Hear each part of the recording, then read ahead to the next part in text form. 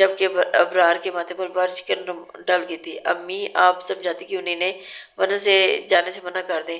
تائمی لاپرواہی سے کہنے لگی، ارے تمہیں اپنی بہنوں کی فکر کرنے کی ضرورت نہیں ہے، خاندانی لڑکیاں ہیں، کبھی کوئی ایسا الٹا سیدھا قدم نہیں اٹھائیں گی جن کی وجہ سے ہمیں شرمندگی کا خاندان سے سامنا کرنا پڑے۔ جو بے نصیب لڑکیاں ہوتی ہیں نا وہی الٹے کام کرتی ہیں۔ صوفے کے کونے پر ٹکی ہوئی جو خاموشی سے وہی بیٹھ کر ٹی وی پر نظریں جمائے بیٹھی تھی، اسے دیکھ کر تنزیہ تیر انداز باتیں سن رہی تھی اور ان کا ایک ایک لفظ اس پر آگ کی طرح برس رہا تھا، لیکن وہ خاموش نہیں تھی۔ ابرار بھائی ناراض سے لگ رہے تھے، لیکن وہ دونوں کسی کی بھی پرواہ کیے بغیر ہی اپنی فرینڈ کے بھائی کے مہندی پر چلی گئی تھی۔ تبھی ذرا جم واپس جانے لگا تھا۔ آتے ہوئے جوس پینے کا عادی تھا، روزانہ رمل ہی اسے وہ خاص جوس بنا کر دیتی تھی اور ابھی بھی وہ اٹھنے لگی تھی اور اسے آتا دیکھ کر تائی اماں نے اسے گھور کر دیکھا تھا، یہ تم کوشش کرنا چھوڑ دو ابرار اور تایا ابو کے کمرے میں جانے کی، بعد میں اسے زہریلی نظروں سے دیکھ رہی ہوتی ہو، میں خود اپنے بیٹے کے لیے جوس بنا کر لاتی ہوں۔ مسکرا کر ذرار کو دیکھتی وہ کچن میں چلی گئی تھی جبکہ وہ مسکرا دیا تھا اور رمل کے چہرے پر گہری سنجیدگی تھی اور اس کی نظر نے ذرار کی طرف دیکھا بھی نہیں تھا۔ چپ چاپ اپنے کمرے کی طرف چلی گئی تھی جبکہ وہ ماں پر غصہ کر رہا تھا اور اس کی طرف اسے برتاؤ کیوں کرتی ہے، بھول گئی ہے کہ اس کی ماں باپ نہیں